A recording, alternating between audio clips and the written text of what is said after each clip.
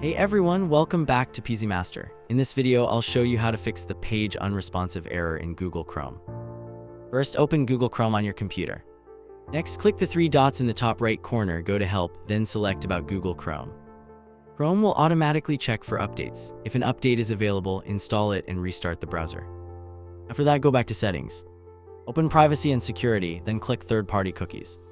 Turn on the option to block third-party cookies. Next, go to the System section. Make sure use graphics acceleration when available is enabled, then restart Chrome if you change the setting. Now open the extensions page and remove or disable any extensions that you don't need. Too many extensions can cause Chrome to become slow or unresponsive. Finally, go back to Privacy and Security, click Delete Browsing Data and clear your cached images and files. Restart Google Chrome and check if the problem has been fixed.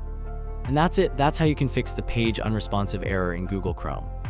Like and subscribe to PeasyMaster for more tutorials. Thanks for watching and I'll see you in the next one.